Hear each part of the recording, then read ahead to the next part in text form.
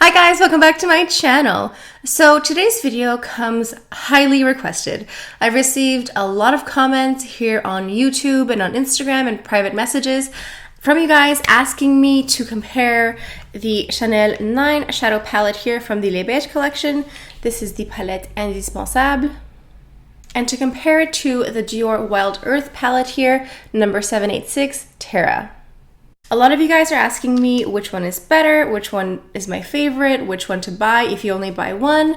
So what we're going to do is we're going to do some swatches side by side, and I'll give you my final thoughts on both palettes and let you guys know. So before we get started, please make sure to like and subscribe and hit the notification bell on the side so you can know whenever I post a new video, because whenever I get any collections, I always create lots of different makeup looks.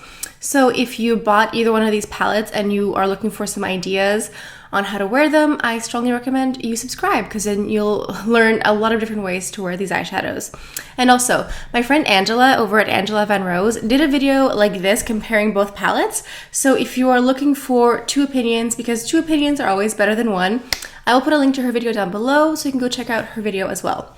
So let's go ahead and get to some swatches. Okay, so here we have both of the palettes side by side to each other.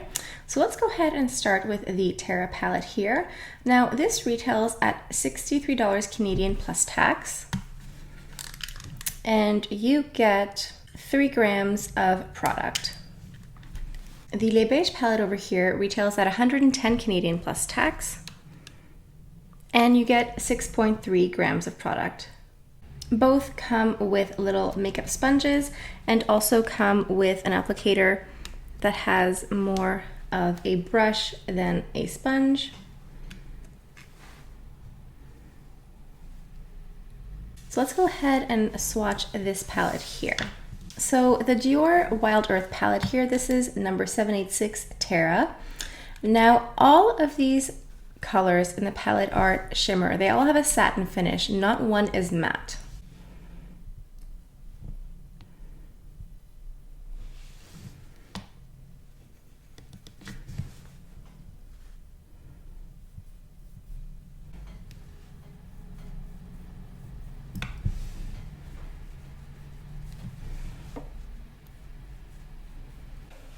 So these are the swatches of the Terra palette here. Now I would say that this finish of these shadows is satin, because you never get like a chunky glitter finish, but there's a little bit of luminosity. And these are the two darker colors. I would say that this one here pulls a bit more on the cool tone. It does seem to have a hint of purple in it. This is just to show you side by side how they look. All of these colors blend very well. They're all extremely easy to apply. They wear well alone or mixing with each other. They all blend very smooth, very seamlessly. This whole palette is wonderful. So let's go ahead and swatch some of the Indispensables as well, and let's see if we can compare some to the Terra palette. So the Indispensables palette is a mixture of finishes. There are some pure matte, there are some shimmer, there are some satin finishes, and there are also some cream texture eyeshadows as well. Let's start by swatching this trio first. This top shadow is a cream finish.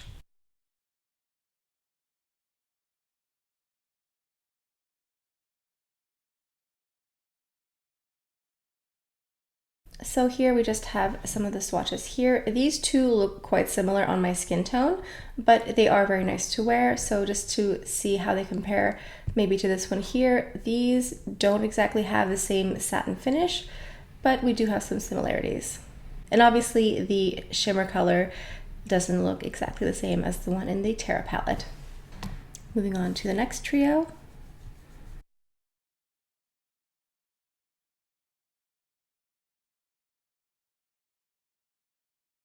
So obviously this one is much more cool toned than anything else we've seen. It does look sort of reminiscent to this one up here, but it is definitely lighter. These I think are reminiscent of each other because they're a bit more cool toned, but this one is definitely more of like a taupey slate color, and this one is more of a dark brown with like a hint of purple. And then we have our shimmer colors here. I really love this silver cool toned color here, but it is not the smoothest texture. It does apply very well and blend very well, but I find that some of these shimmer colors in the palette do not feel as smooth as some of the other ones in the Terra palette. And let's go ahead and swatch the last trio here. I am quickly running out of real estate, but I'll find some room down here.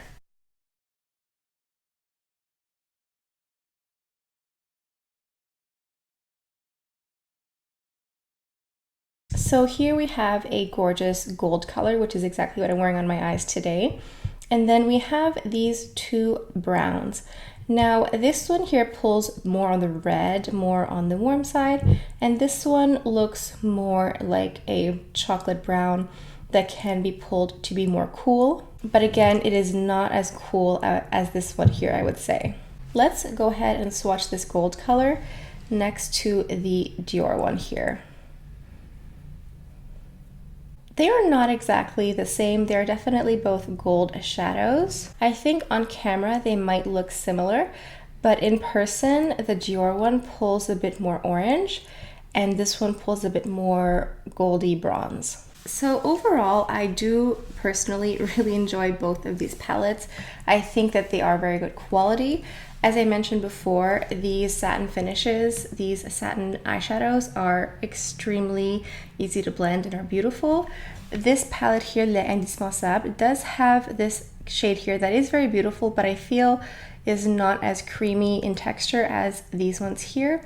That being said, it is still very wearable and easy to wear and blend. It's just a small nitpicky comparison that I can do since I have these side by side.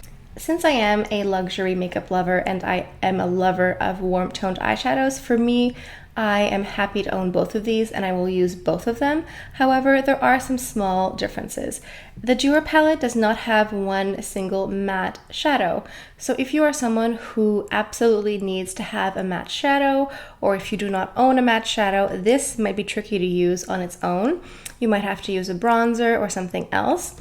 This one here does come with matte eyeshadows. However, there are many more shades to choose from and it is more expensive. If you are someone who wants just a warm tone palette, not too many colors to choose from, something easy, I think this is your bet here because you can create a lot of different looks. There are lighter colors for every day. You can create a smoky eye. There's a beautiful gold shade. If you just want something more simple and doesn't have as many colors to choose from, I would go with this one here. But if you are looking for something that will be complete, that will have matte shadows and your shimmers, and you are not intimidated by seeing 9 different colors, I think this one is for you. But as always, you know your budget, you know your collection, so it's up to you to decide which one you want. In my opinion, both of these are very good quality. I think they're worth the price. It's just a matter of your own taste and your own budget to see which one you will pick up.